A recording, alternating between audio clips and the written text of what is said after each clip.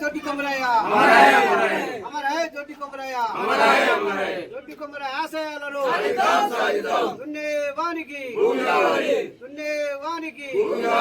పోరాడే వాడిదే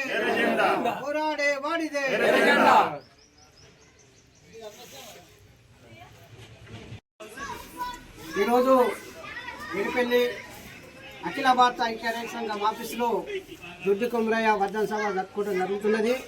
తను తొలి అమరుడు, నైజాం సర్కారుకు వ్యతిరేకంగా పోరాటంలో, తెలంగాణ సాయుధ పోరాటంలో తొలి అమరుడు.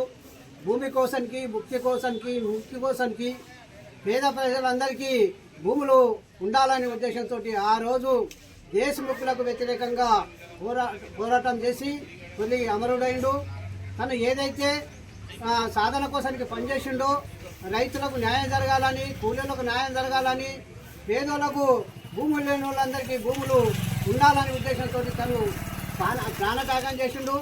ఆ ప్రాణత్యాగం ఫలితంగానే తెలంగాణ సాయుధ పోరాటము, అట్లాగే గుప్త దళాలు ఇలాంటివన్నీ ఏర్పాటు చేసి నైజాం సర్కారుకు వ్యతిరేకంగా పోరాటం చేసి 3000 గ్రామాల్లో ఎర్రజెండా ఎగరవేసి లక్షలాది భూమి పేదోళ్లకు తెలంగాణలో పంచడం జరిగింది.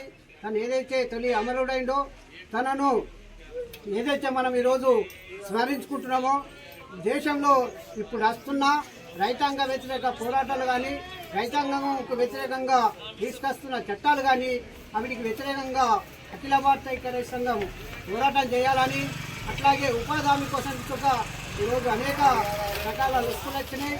ఆ లొసుకులని దానికి వ్యతిరేకంగా పోరాటం చేయాలని, రోజు కూలి పని ఏదైతే ఉపాధి చేస్తున్నారో ఈ ధరలకు ఏదైతే అనుగుణంగా 600 రూపాయలు కూలీ ఇవ్వాలని, అట్లాగే 2000 పెన్షన్, 4000 పెన్షన్ పెంచియాలని, అట్లాగే ఏదైతే బోనస్ ఇవ్వలేదో ఈరోజు రైతులకు బోనస్లు ఇవ్వాలా, అట్లాగే రైతు భరోసా సుఖ 1000 రూపాయలు, 6000 రూపాయలు ఎక్కడైనా వేసి చేతులు దులుపుకున్నాడు.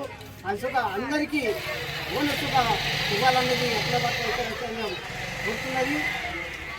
ఈ పోరాటం ఏదైతే చేస్తామో ఆయనకు నిజమైన నివాళులు అర్పిస్తున్న వాళ్ళం అవుతామని కోరుతూ ఈ అవకాశం ఇచ్చిన మీ అందరికీ ధన్యవాదాలు.